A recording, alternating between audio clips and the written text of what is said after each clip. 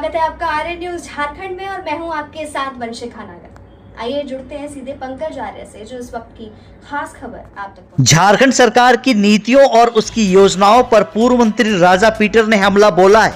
नमस्कार, जोहार, good morning Jharkhand. मैं पंकज आर्य और आप देख रहे हैं आर्य न्यूज झारखंड।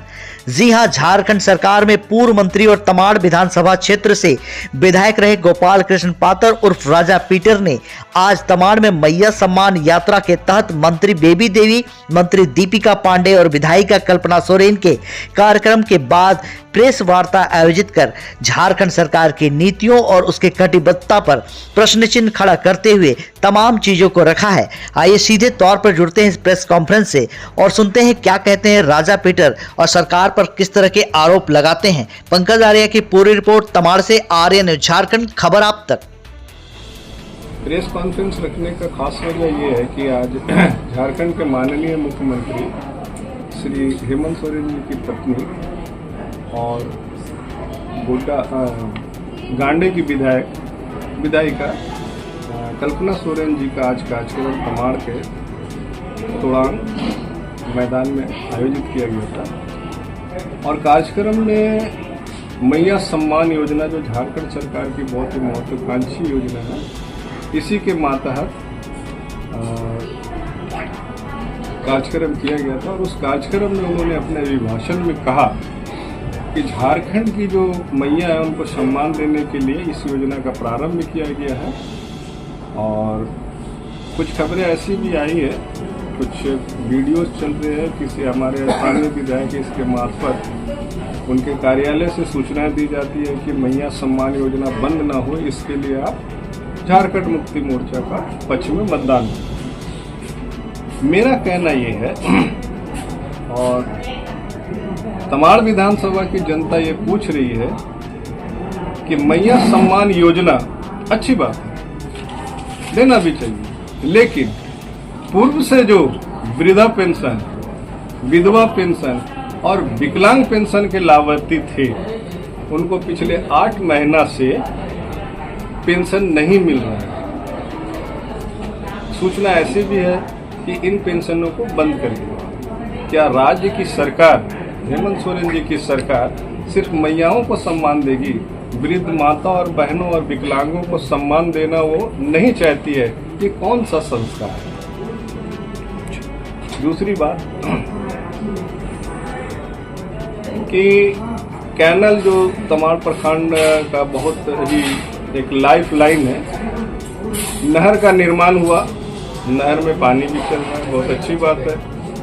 लेकिन उसके अगल बगल जो सड़कें हैं, वो सड़क जो है पिछले 10 वर्षों से बहुत ही जर्जर अवस्था में। मीडिया के मार्फत ये पता चला है, ग्रामीणों ने बयान दिया है कि गर्भवती महिलाओं के लिए एम्बुलेंस तो आती ही नहीं है और एम्बुलेंस वाले कह देते हैं कि हम यहाँ गाड़ी नहीं ले जाएंगे, क्योंकि एक एम्बुलेंस ले जाने के बाद दूसरा एम्बुलेंस उसको खींचने के लिए लाना पड़ता है। ग्रामीणों का ये भी बयान आया है कि यहाँ की जो बेटियां हैं, इन बेटियों का कहीं शादी का रिश्ता भी सेट नहीं बैठता। ऐसी बातें सुनने के बाद क्या सरकार संवेदनशील अगर सरकार संवेदनशील होती तो यथाशीघ्र उसका डीपीआर तैयार करके और उस सड़क का निर्माण कार्य प्रारंभ कर देती। हमने अपने बिरसा विकास समिति के माध्यम से ग्रामीण विकास मंत्रालय के सेक्रेटरी से फोन पर टेलीफोनिक वार्ता करके उस संदर्भ में कहा था कि इस जर्जर सड़क को यथाशीघ्र बनाने का काम किया जाए। लेकिन जब नहीं हुआ तो बिरसा विकास समिति के माध्यम से 40 किलोमीटर पद यात्रा करके अनुमंडल पदाधिकारी के माध्यम से हमने राज्य सरकार और राज्यपाल महोदय को ज्ञापन सौंपा। उसके बाद भी सरकार ने इस पर कोई संज्ञान नहीं लिया। जनता के आह्वान पर हमने जनता के सहयोग से तमाड़ कैनल रोड का सड़क समतलीकरण करने का अपना कांधे पर जिम्मेदारी लिया, जिसमें हमारे कार्यकर्ताओं ने पूरा सहयोग किया। मैं दिल्ली प्रवास में था, उसके बावजूद भी उस कार्य को प्रारंभ किया।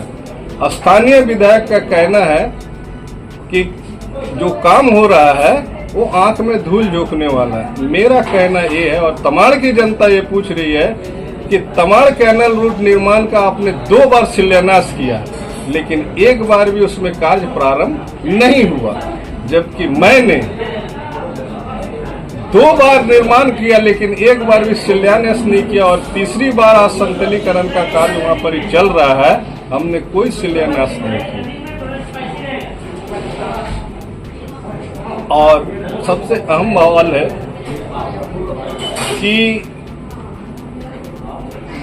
अबुआ आवास से लेकर के और जो सरकारी योजनाएं हैं उसका लाभ आखिर किसे दिया जा रहा है?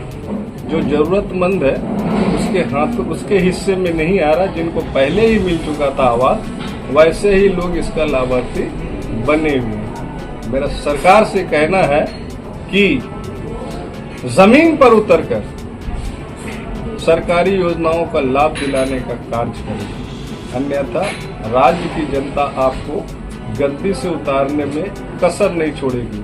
सरकार ये जानती होगी, और नहीं तो उसे मैं याद दिला दूं कि एक सड़क की वजह से ही झारखंड में सरकार गिर गई थी।